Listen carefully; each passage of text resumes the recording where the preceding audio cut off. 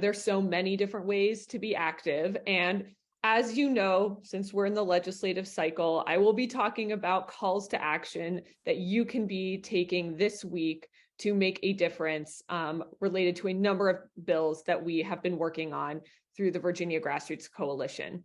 But first, I want to talk about some of our successes. So this week, we've seen a lot of great bills pass out of the Senate. We have a bill that increases mental health resources for schools, a bill on safe firearm storage, a bill prohibiting open carry of assault weapons, and ghost guns ban that have all passed the Senate. This is really exciting. Just want to remind everyone, though, next week is crossover, and we're going to have to try to get them through the House, which is a lot harder. So when you see calls to action coming from Stair and I, please make sure that you take those calls to action seriously. They're super easy to send, either the email through Action Network or the email through our one-clicks on the Virginia Grassroots Coalition website. But it's going to be that much harder in the House than it has been in the Senate to get things passed, since we do not have the majority. I also want to let you know that there's some great bills that passed out of Senate committees and are going to be considered on the Senate floor. Those also need your support this coming week. There'll be one on gender diversity on corporate boards. There's one on improving academic achievement. There's one supporting English language learners, and one on mental health resources. And then a couple of really great news bills out of climate and clean energy.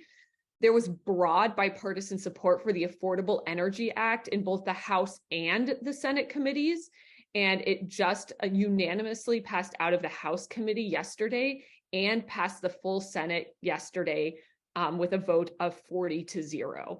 This is pretty much unheard of, and it's really exciting to see that we have bipartisan legislation that is being sponsored by Senator McClellan and others.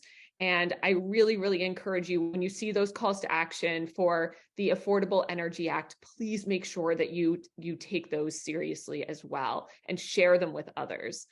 And then also Senator Favola's bill that helps public schools access renewable energy also just passed the full Senate 40-0. So it will be going over to the House. So wanted to let you know that even when Democrats are not fully in control, we have opportunities to make a difference. So please continue engaging with us on these calls to action. And I will say that we have done a great job in defeating some bills as well. I heard from our criminal justice reform team that we defeated every single priority bill that they had in the Senate, stopping rollbacks on criminal justice reform. They protected evidence-based reforms, which help our communities stay safe. So again, we're going to have some additional calls to action when we have those House bills rolling over to the Senate next week. But again, thank you so much for all of your support thus far. I'm going to put some calls to action with their links into the chat. If you have time while you're listening during our power lunch today, I really encourage you to take those actions now.